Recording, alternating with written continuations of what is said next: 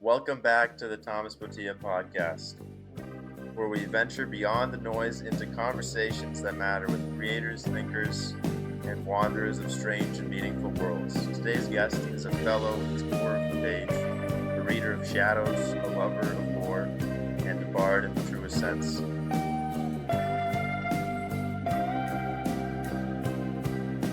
Ladies and gentlemen, we have a good friend, Bards and Books on USMAN'S. If you've ever been pulled into a fantasy or sci-fi realm that felt more real than reality or found comfort in the cold logic or sci-fi dystopias, this video is for you. We'll uncover the story that first cast a spell on him, why darker takes speak to something primal in us, and how building a community of readers who thrive on strange, the epic, and the deeply human. Stick around because by the end, you might just feel like grabbing your sword, boarding your starship, or finally cracking open that book that's been on your nightstand table that you said you'd read tomorrow. So in this video, we're going to go into a few different sections. I'll ask him some questions about himself so you guys understand what a great guy he is. And then we'll go into the inner realm, so to say. We'll go into a deep personal drive, more like book-related topics, writing, and then we'll go into the being a YouTuber side of books as well and how he's experienced that with his large channel he has. I'll put that in the description as well. And then we'll also look into some more reflection and deeper topics that you guys really need to hear in today's short content world. So, man, thank you for being on. I really appreciate it. Thanks for having me. Let's sort of kick it off. What was your gateway book? What got you into reading? What opened the portal, so to say, for fantasy and sci-fi for you? I think the very first book must have been around 11, 12 years old. I read the Del Toro Quest series by Emily Rada, Mm-hmm. which is a short series of fantasy books, just adventure fantasy. And I fell in love with fantasy through that. And I guess that's what started it. But I wasn't able to continue reading into my teenage years. But then later on in life, I got back into reading, I guess with a vengeance, you could say. Mm-hmm. And that series, the Del Toro Quest, is what started it. Mm-hmm. So there's actually a lot to unpack there. So for those who don't know and maybe like are interested, why should people read the Del Toro's Quest, and what made it special to you compared to the other books that maybe you weren't really into reading at the time, but that really kicked it for you? I think as a kid, those books really stand out. They were definitely popular during my youth because of one, their covers. The covers for those books were very vibrant and colorful, and they matched really well with each other. So I think that's what hooks you in, and then you read it, and it's a pretty interesting fantasy adventure story. It's for children, but at the same time, it's pretty unique in that it's the first series that I read. Oh wow, it's For the the first series. books. It's got like maybe 8 books in the main series, and it's just really you end on cliffhangers, and you just want to see what's going to happen next with your heroes. So that was a big draw, and I think definitely start to wanting to read bigger epic fantasy books in the future. Came later on for me.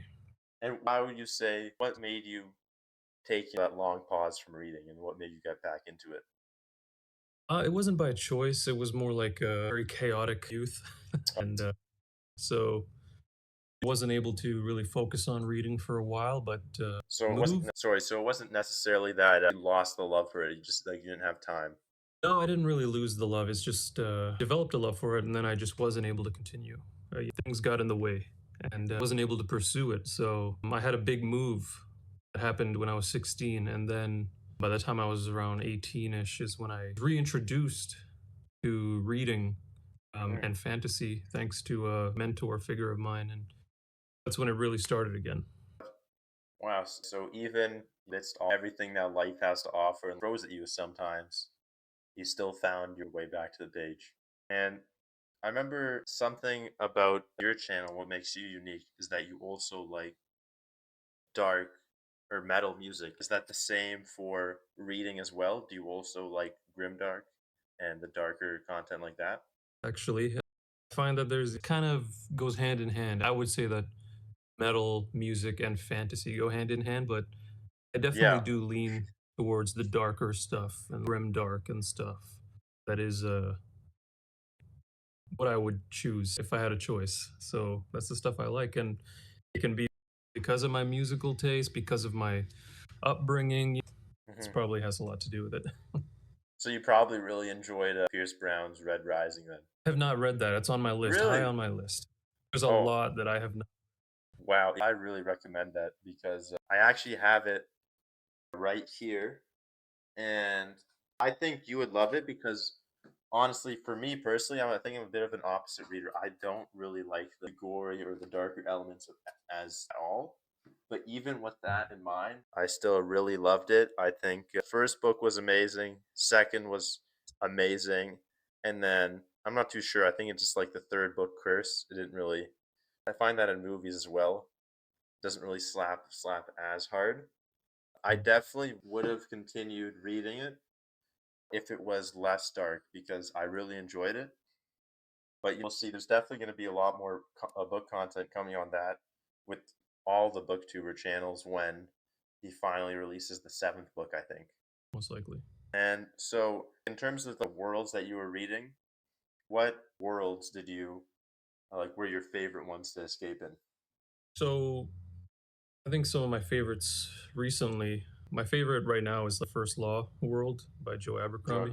Those are, I think, my favorite books currently, and I think that's a very interesting world he's built and interesting characters more than anything. That I can't really think of worlds. I think actually a very formative series for me was the Rift War saga by Raymond E. Feist.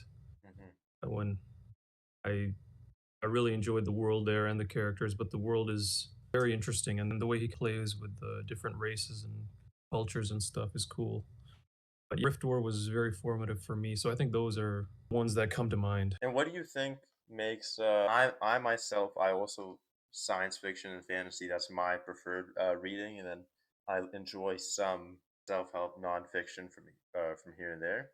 But why would you say sci-fi and fantasy is your favorite genre? What can it do that others genres cannot? I think it's because I don't know, I liked a lot of medieval stuff growing up, and I'm a big fan of history, so I think fantasy is good in that it emphasizes a lot of historical aspects, a lot of medieval stuff, which was interesting to me. But you can fantasy and sci-fi, you can do a lot more because it's just much more open. There are interesting concepts and ideas that you can play with that wouldn't necessarily work, I think, in Real life. something that's historically accurate or a nonfiction or something like that. Hmm. So I could definitely see how history could play a role because there's aside from the books themselves, there's so much deep dive you can do into the lore about the story. So I guess you also love checking out the lore if you're a big history guy as well. that's right. I'm not sure if you know of any channels or websites. I think maybe fandom, but one channel I really liked watching beforehand was Film Theory. I think it'd be really cool if there'd be a channel on Book Theory where they do those types of theory videos because what I enjoy as well is the lore, but I also like when the readers have their fun with it. And aside from the classical, just like reviews, they're also speculating. They're like, oh, this happened because of that. And does this mean that this is happening in the next book? So, would you say with fantasy and sci-fi, would you say that there's just much more opportunity for things that can't be told in the real world because of obviously the laws of physics and all sorts of things? Sure, absolutely. You can definitely play around with things like that, much more dynamic, and you can spin things a certain way. You can just change up. You can use more like metaphors and more abstract stuff you could probably do and have more symbolism. This is just my theory, but there's a lot more you could do to your views out or touch on subjects or whatever. Hmm. And there's no limitations really. And Yeah, I honestly think that that's more so though true for like first book because once you really start getting into it, and I'm a writer as well. Wrote Tempest. You can find it down below. So once you write the first book, and if you want everything to be in the same universe, I find then you start to get some restrictions because you've already set up certain rules. So there's always lots of magic with the first book because it's literally anything can happen. It's no man's land. But then I do think it's also fun though when there are restrictions because that's when you can get more creative with it. And I'm not too sure if you read Brandon Sanderson, but he also has his own universe and Am I right? Cosmere. Do you have you read any of his books? I've read the first Mistborn trilogy. I think that's it. I actually have to get back to the first Mistborn. I remember I put that down for a while, but maybe so many people have said, "What? Mistborn? You have to read that." I think there's always some sort of way where you can find, well, I don't really want to say excuse, but a way to still make it a blank page in the second book. Because you can still say on a different planet or different realm or still find ways to have fun with it. So you're an avid reader now. So how do you find your next read? What is your typical process? Are you inspired by this or that? What makes you attracted to a book and choose your next read? I think mostly I just recently I've been supplied with a lot of self-published books by authors, so Yeah. it's like a list I'm trying to go through currently. So I just figure I just find which ones interest me, which ones I think would be to read in a specific order, and I just get to it. But I've been reading a lot of self-pub recently. Hmm. Then occasionally I go back to favorites. Still want to get caught up with the First Law universe. I'm currently reading Sharp Ends as well, that short story collection. I just try to feel good reading self pub, reading more stuff from authors that I admire or who send me their work. But at the same time, I try to sprinkle in what I really want to get to as well, just so I don't get bogged down because there is just so much out there to read. It's insane. And there's always going to be Yeah, more. exactly. And having fun with my reading, but I make sure to prioritize me occasionally as well. So Yeah. that's what I do. So for those who don't know, what's on your list right now that you're reading or plan to read? Right now, I'm going through a self-published novel called Discovery. Actually, it's by Talking Story. Have you heard of it, Oh, Discovery? I have that on my nightstand right now. I just finished 1984, and I'm going to start that tonight, actually. Nice. Yeah, I'm going through that. I also just picked up Sharp Ends by Joe Abercrombie. So those are my two main reads right now. And how far are you on Discovery without saying any spoilers? I just finished the first act, and I am enjoying it very much so far. It's impressive. It's better than I could have imagined. Hmm. They've done some good work. Because it's him, his wife, and his son, right? That's right. That's Mhm. honestly, maybe it's because I still have more to read, but that's a newer concept, right? I haven't really heard of family writing a book before. Right. Hmm. Have you, But or is that a common thing? so J.A.J. Minton, that's on Amy and Jacob, right? So it's pretty cool. And the book is, I'm pleasantly surprised with the book so far. So all going good so far. So there's so self pub can be much better than people think, right? Because I'd say a lot of Yeah, people are sticking to these whatever you find in Indigo, but there's still magic in the self pub. absolutely. I've read a lot of self pub that I think is way better than a lot of traditionally published stuff. So Really, absolutely. what would you say would Hmm. be some examples that'd be better than traditional? One that comes to mind, I read a book called Gilded Kingdom, Seventh Born, I believe. Gilded Kingdom, Seventh Born by C.J. Irvin. And although there was a lot of proofreading to be done, the story itself was just phenomenal. Like, so intricate and so well planned out that it's better than a lot of some of the traditionally published stuff I've read. That I don't know. I've read so much self pub recently, and so much more to go through. But that was a big one where I first thought, wow, this is actually as good, if not better, than a lot of traditionally published stuff I've read. So yeah, a lot of it can be hit or miss. You read Yeah, some self-published stuff and you're like, well, this is not very good. But you read others and you're just like, how is this person doing all traditionally this. published? But at the Yeah, same time, their choice. They can yeah. choose to go self-pub if they want. I So definitely agree with that. I think there's so many gems to be found in self pub too, and people shouldn't just disregard it just because it was self published. Because There's definitely the higher, how do you say, status of being published. I'd say people perceive it as naturally better, but I don't think that's always the case. I think there's also some choice to be made. For example, Mhm. I'm not sure about so Talking Story when he did his is self-published too, right? Because mine's self-published too, and the reason I did that is because I wanted to make it fully my own world. So, what do you think? Other than, or is it mostly status that people don't really look at self-pub too often?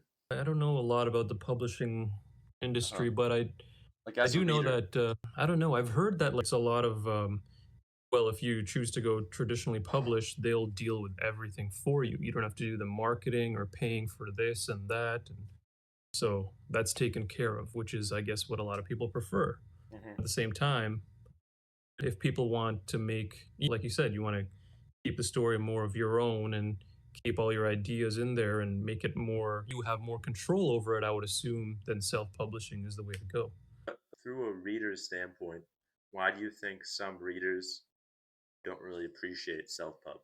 I think there's probably some sort of stigma that goes around that, you know, self published is not as good as traditionally published. That's probably has a lot to do with it. When I got into reading and made a YouTube channel, I didn't even know about self pub. I didn't know that was a thing. Oh, So I don't know. Maybe some people just don't know about it, or they just think it's not as good. That probably has a lot to do with it, I'm thinking. So hmm, you really have to get into it and read a lot for yourself to discover this is just a different publishing and marketing strategy. That's all. It's like yeah. nothing to do mainly with the quality. It can be just as good, but I think there's a lot of stigma involved, and just maybe people just don't know, or something like that. Who knows? Yeah, you said like even you didn't know before you started your YouTube Mhm. channel. That's right. So sorry, go ahead. Sorry, I was gonna say it's like an iceberg. You got the Yeah, tip of the iceberg, and then underneath is just so much bigger, and that's like self-published world. I'm a true believer in, I forgot what it's called, but I think it's called the scientific method. If you really want to know something, just try it for yourself. So instead of, if people are saying this self pub is good or this self pub is bad, maybe it is bad, but you can come to that conclusion yourself by actually reading it, I'd say. And yeah, so I'm actually really interested in more of the book YouTube side of things. So, what made you open the camera the first time and start your YouTube channel? Well, I think one thing is, and I think this is true for a lot of booktubers, is we don't have a lot of people in our life to talk about books with because there's not a lot of readers in our lives. Hmm. So we jump on YouTube or develop or join that community to meet people who read and talk about books with. And I think it's always like the driving factor. But then you see booktubers or people that inspire you to start making videos of your own. So that was a big thing for me. My inspiration to start recording was Alan from the Library of Alexandria. I saw him doing it, and I'm like, you know what? I could probably do this too. So I just started. So, you don't have to get into this, but I think what your subscribers are really wondering is what's happening. What's like with the long break between the last video? Do you plan to coming back to it, or have you stopped? I guess I am on a bit of a break right now. It's funny. I don't really think about the whole monetization side. I don't think about making a business out of it and being Interesting. consistent and stuff like that. Maybe I should, but I just get to it when I can and don't really make too big a deal out of it. It's just whenever I decide to do it, I do it. That's mainly the thing. But I do prioritize my reading. So I don't try to read just to make content or stuff like that. So So, do you ever feel tension between reading for joy or reading for content? Because I know you said you don't necessarily read for content, but is that in the back of your mind when you start reading a book that maybe I'll do a review on it? definitely since I started YouTube thing, be lying if I said I didn't constantly think about it when I get into reading. Or it's like if I don't have much to say about something, I won't like force a video. I won't like All natural. force talk about stuff. I prefer to talk about what I want to talk about, and if I don't really have anything to say, then I just try not to say anything. Hmm. It's still, I would say I'm still relatively new to the whole thing and figuring out the balance and the dynamic between reading and videos and stuff still. So it's a work It's in progress. it's fun you say not really thinking about monetization because you're just was it 9 subscribers away from being monetized? Is that right? I don't Yeah, even, what's my, I think you're at 991 and you only need 1,000. oh, I don't think so. I think I'm 920 or something like that last time I checked. Oh, maybe we could get I maybe don't know. I don't mean to overhype it, but I don't know. Maybe check again. Maybe I think it was 990 when Oh, either way, you're super close to getting to that point. which is cool.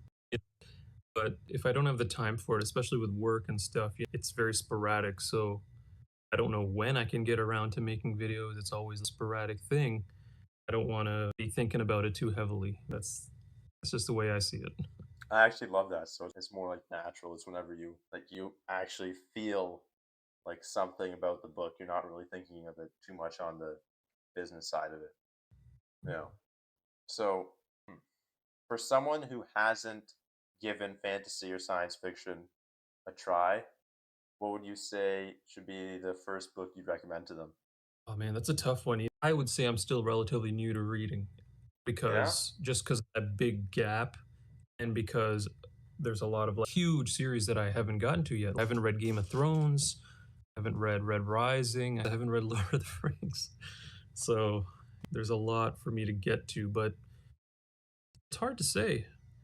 You just really got to find out what kind of elements you're into and then you can decide on it from there because so it's branched out so much. There's just so many different kinds of things now and so it would be tough to say. Not too sure. So it's really just up to the person. You're not too sure what you recommend them. I have a hard time sometimes thinking like that because I always try to look at the individual and it's like, what are you into and what kind of elements do you like? Then I would recommend it from there. Hmm. I don't know if there's anything really generalized that I could point to. I want to say First Law because it's just so good, but that's a subjective thing, right? And not a lot of people will like that darker stuff, so it's hard. It's really based on taste, right? But I think actually, do you find even if a book doesn't click for you, do you ever still see the reason why it's so good and why so many people enjoy it, even if you don't? Sure. I haven't really read anything that I've really disliked yet, I don't think. There's been a couple books, Hmm. just two in my so far since I started the channel that I've DNF'd. And even from that, I can see what people might like about it with my reviews, because that's what I try to focus on is just being a better reviewer and try to be as objective as I can, but nobody's fully objective. So even when I do Yeah, no one's fully objective. Yeah. dislike stuff or not vibe with stuff, I try to always think about what people would like about it. So I Hmm. never leave like, scathing reviews or anything. I always try, even if I rate things like 2 or 3 stars, I always try to say as much as I can that I liked about it, what's good about it, and maybe some points for that you can build on or improve a bit. So that's about it.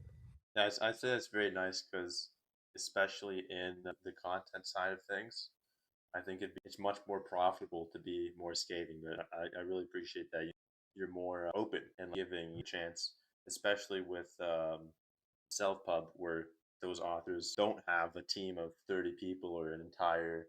They don't have Penguin Random House behind them. And honestly, one question that I really wanted to ask you, because I'm getting back into reading myself, so difficult now with all this content and all of this. But would you say that your like reading speed has improved? Because one of my biggest concerns is that I just read too slow and that I feel like I won't be able to get to all these books. Yes, I think my reading has slowly improved in that sense. But I'm just traditionally a slower reader. I take my time through stories because I want to understand everything. I want to make sure I don't miss anything. And it's all for review purposes. I want to make sure I leave an accurate, well thought out review. So I take my time a lot of the time.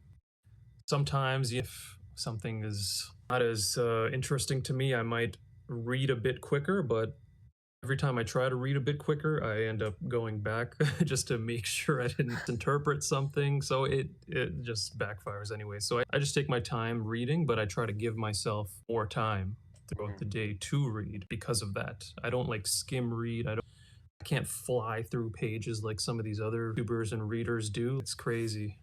The numbers that I hear sometimes of people reading, like, I don't know, 20 books a month, there's no way I could do that. What's your reading So speed? if I get a lot of reading done, I could read 5 books a month. That's So still pretty fast, I'd say. That's one a week. me really, that's on me buckling down and just reading as much as I can in a month. I don't understand how people can do 20 because I honestly, like, from the YouTube side of it, I'd say just based on speed, that's a big, what's it called? That's a huge barrier to entry for people who I say want to do BookTube because there's so, as you said, so many pieces of content where it says, here's the 20 books I read this week. And then you're like, whoa, Yeah. 20? It makes you question, right? Now, Are you, did you really? But I don't know. Maybe I'm wrong. Maybe there's some people whose mind just works that way and they can just fly through pages and retain everything. yeah, it must be beautiful because so many books coming out all the time. And then, Mhm. like, as you said, there's so many books that were always there that you just find out about now. So it must be nice, but it is what it is, so to say. Just find the books that you really love and enjoy because if your reading speed isn't that fast, then truly just read what you want to read. And I was wondering before I wrap this up with this one question that I ask at the end of every podcast episode that I do, is there anything else you'd like to tell the readers or anything else you'd like to speak on about reading, your writing, or your YouTube or anything else before I ask the final big question? I don't know. I think there's a lot of benefits to reading, and I think in today's society, you hear about people read not as much people read nowadays, and it's like, well, of course, you have like these things like TikTok and all these social media platforms and like other stuff that just destroy people's attention span. So I think reading is very beneficial for developing that patience and that focus and whatnot. So I think a lot more people should be reading. Reading is very good for you. It's a nice escape sometimes too. And I know I'm kind of going against my word here, but I was wondering, how have you, so to say, made it more natural to pick up a book now, with all these distractions? Because you know that the book you're going to read is so good, and you've heard all the good things about it, but there's still some stuff that gets in the way. So find, how do you, like, trick your mind, or not really trick your mind because it is a good thing? How do you convince yourself to pick up the book? I think I've always had a passion for reading and just a love of books. I like reading physical books the most because it's just the whole feel of it, the More aesthetic, real. the feel, Yeah. the comfort. It's nice. And it's just a hobby that I said I've gotten into with a vengeance now. So it's something I was sort of denied when I was younger, and now that I'm back into it, I really want to get into it. So I just sometimes I have to remind myself, put down the phone, stop doom scrolling. If I catch myself, I'll drop it immediately and get to the other thing I really want to do, which is reading, because I make a schedule for myself and I like to follow it as much as I can. It doesn't always work out, but when you catch yourself, you're like, okay, go back to this. And it's fun. I wouldn't keep doing it if it wasn't fun. So enjoy reading. It's fun. It's an escape. It's a lot of things. And that's why I just go back to it and as much as I can. It's fun at the end of the day. That's very well said. The one question I ask at the end of every episode is, what is your biggest philosophical take that you'd like to say to the world? If you would like every person in the world to know this right now, that you change their life, what would you tell them? But the catch is, you can only say one word and one word only. I would say compassion. Wow. Compassion is the big one. Could you Because, go into that? yeah, compassion, it can solve a lot of the major stresses in people's lives, I think. For example, I'm reading one of my favorite series right now is a self-published series called Hybrid Helix by JCM Byrne. and it's sort of like a superhero sci-fi space opera type thing. And what's cool is the main character, he's from a race called hybrids that they have like superpowers, but the way they bring out those superpowers is by through their rage. So once they start raging, getting angry, that's when their power comes. Now, the main character has to go against that and quell his rage for certain reasons. And the way he does that is to just bring out his compassion. You think about compassion side of everything and people. Be compassionate, be sympathetic to why they're doing what they do and realize they're a person just like you and what might be going through their head and what they're thinking, what they want. I think compassion is a good way to convert a lot of stresses and rage and dissatisfactions and whatever people might be experiencing into something healthy and bring them more peace. So I think compassion is just overall, no, but it's something everyone should have. Yes, that's well said. In today's world, compassion could solve a lot of problems when you put yourself into. It sounds really cliche, putting yourself into other people's shoes and understanding where they're coming from, but it could really change a lot if you just try it for sure. Absolutely. So, thank you so much for coming on. I truly appreciate it, and thank you so much, Uzman. If you guys are watching and you want to see more of his content, you can go in the link down below. I'll put his channel. And for the video, if you like the video, you want to see more of this, make sure to like, comment, subscribe. But I'm all for reviews, as you've said. So if you're watching this video and maybe you didn't like it, go ahead, dislike it as well. Let me see. Let's be real here. And make sure to subscribe at 1,000 subscribers. I'm releasing my Thomas Botea publishing hats and my full author website with more content and lore and all the announcements of the worlds that I've come to make, because I have included a new short story into that universe, and that will be up there, as well as the 2 poems that I put in my channel. So if you guys would like to check that out, go make sure to subscribe, but you don't have to. Enjoy the rest of your day. And thank you, Uzman, so much for coming on. I truly appreciate it. Here's to the next time. Thank you.